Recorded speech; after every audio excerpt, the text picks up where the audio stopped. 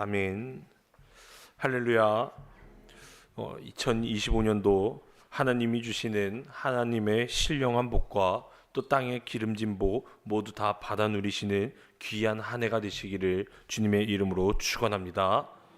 오늘 말씀의 제목은 나를 돌보시는 예수 그리스도입니다.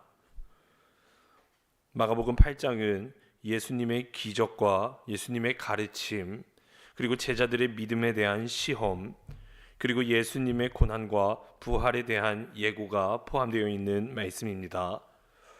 오늘의 말씀을 6부분으로 나눌 수 있습니다. 1절부터 10절, 칠병이어의 기적입니다.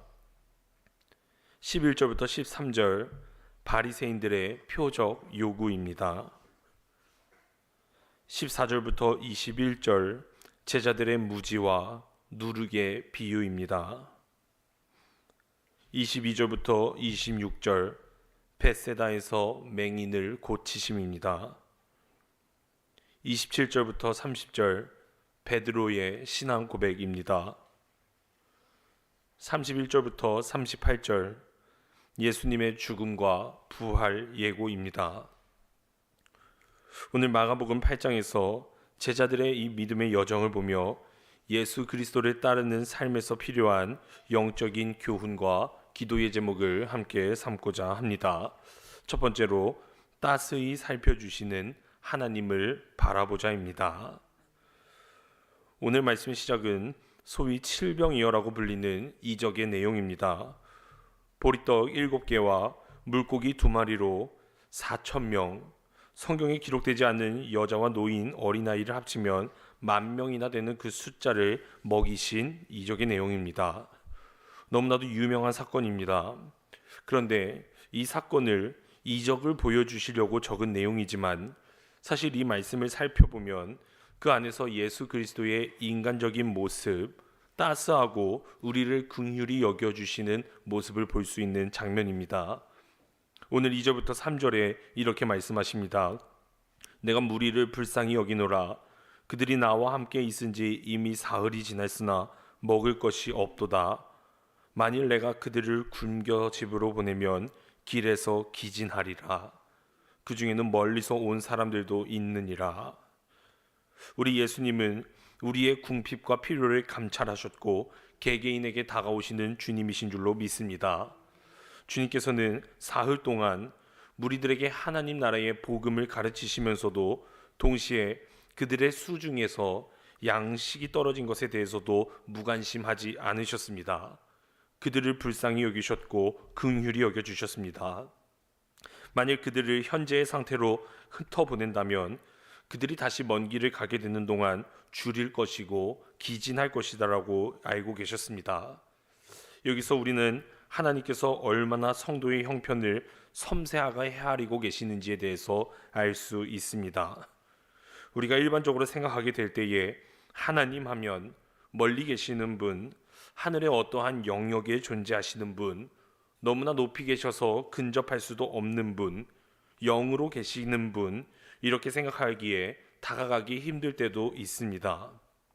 그러나 우리가 오늘 말씀을 통해서 알 수 있는 것은 우리 주님께서는 저 하나님 나라의 복음을 선포하시면서도 그저 영적인 양식으로만 끝내는 것이 아닌 우리가 현실을 살아감에 있어서 필요한 육신의 양식에 대해서도 관심을 가져주시고 불쌍히 여기시고 그 어려움을 헤아려 주셨다는 말씀입니다. 이와 같이 하나님은 우리 인간의 형편에 대해서 모르거나 무관심한 것처럼 느껴질 수는 있지만 절대로 우리가 믿는 하나님은 그러신 분이 아닌 누구보다 우리를 잘 알고 계시고 끝까지 헤아리고 계신 줄로 믿습니다. 흔히 이런 말을 합니다. 임금이 배가 부르면 백성들의 배고픔을 알지 못한다. 자신의 배가 부르기 때문에 백성들의 배고픔을 모른다라는 뜻입니다.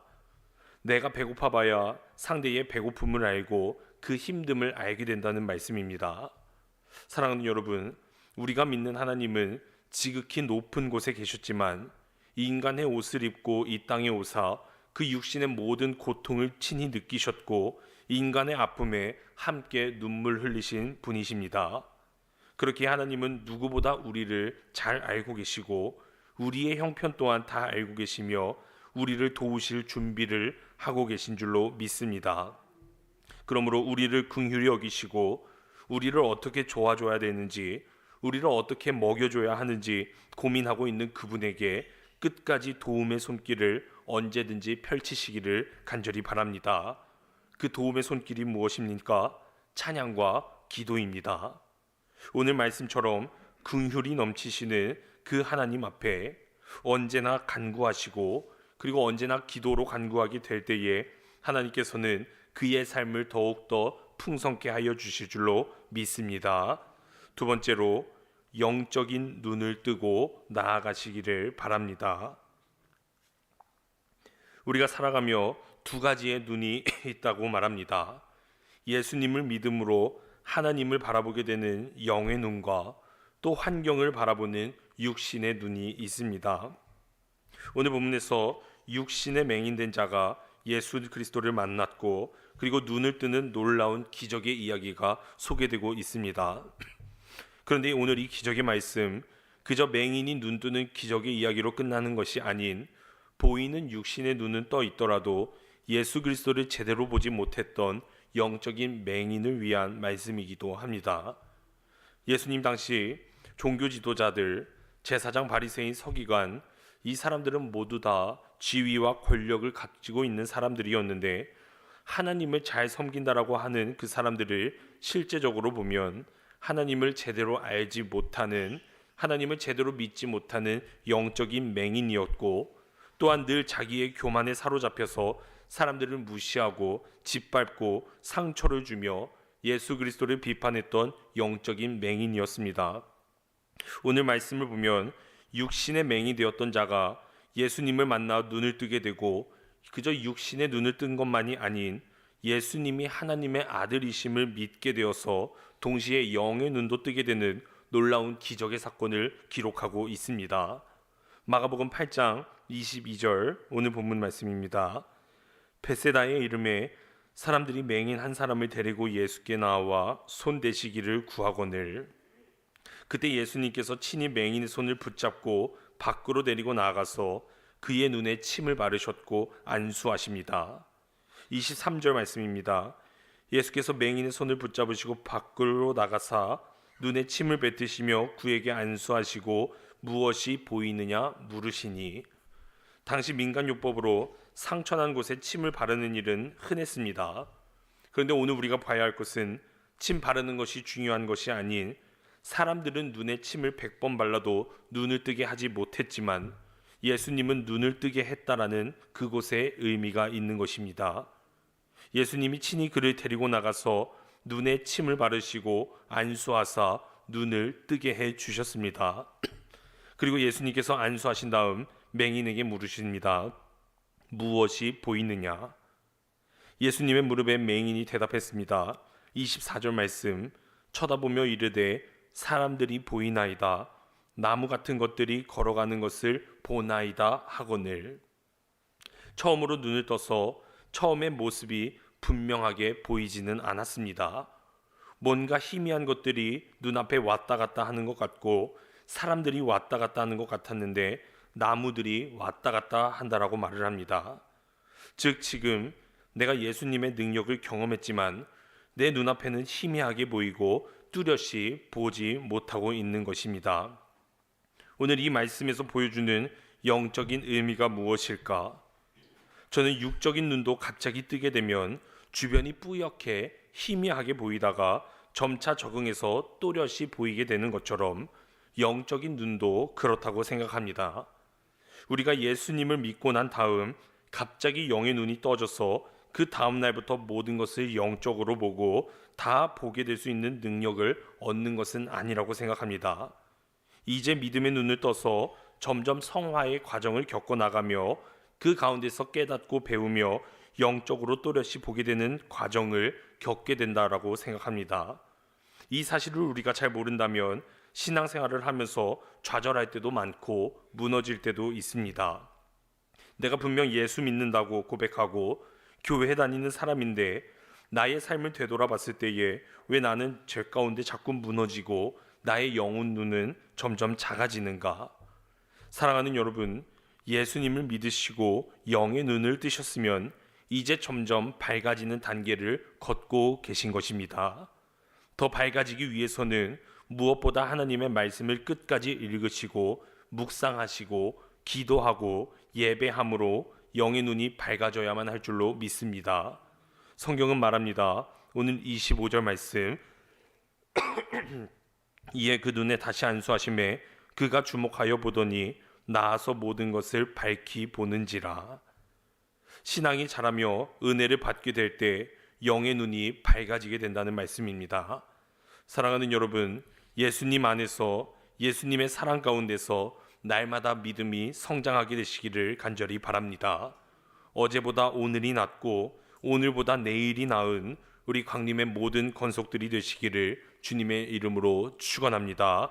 끝으로 주님은 그리스도이십니다. 오늘 27절에 우리가 너무 잘 아는 본문의 말씀이었습니다. 예수님이 제자들에게 질문을 하십니다. 27절 말씀, 예수와 제자들이 빌립보 가이사랴 여러 마을로 나가실새 길에서 제자들에게 물어 이르시되 사람들이 나를 누구라고 하느냐. 이러한 물음에 28절에 제자들이 대답하는 것은, 제자들은 세상 사람들을 주님을 가리켜 세례 요한, 엘리야 혹은 선지자 가운데의 하나라고 한다라고 대답하였습니다. 이 대답에 예수님은 틀렸다, 맞았다 그런 아무런 언급도 하지 않으시고 주님은 오직 제자들을 향해 그렇다면 너희는 지금 나를 누구라고 하느냐 물으십니다. 제자들에게만 계속 물으시는 것입니다. 예수님은 다른 사람이 나를 어떻게 생각하는가 이것에 대해서 궁금해한 것이 아닌 내 지금 옆에 있는 너희들은, 지금 나를 믿는 너희들, 너희가 나를 어떻게 생각하느냐 그들의 생각이 궁금했던 것입니다. 이것이 왜 중요한가 하면 주님을 바로 아는 지식과 주님을 제대로 믿는 신앙만이 구원에 이를 수 있기 때문이었습니다. 예수님을 따르고 예수님을 알고 있다라는 제자들마저도 예수님을 다른 사람들과 같이 생각하고 그저 세례 요한, 선지자 정도로만 이해하고 따랐다면 예수님을 그냥 좋아만 하는 팬이 되었을 수도 있습니다. 예수님을 열심히 따랐지만 절대로 구원에는 이르지 못했을 것입니다.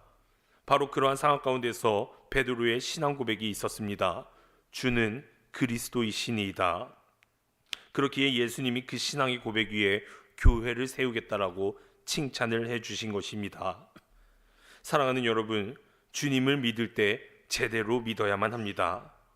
혹 세상 사람들 가운데는 주님을 그저 4대 성인 중에 한 명이다, 우리 주님은 병을 치료해 주시는 분이다, 우리에게 복 주시는 분이다, 이렇게만 이해하는 분들도 적지 않습니다.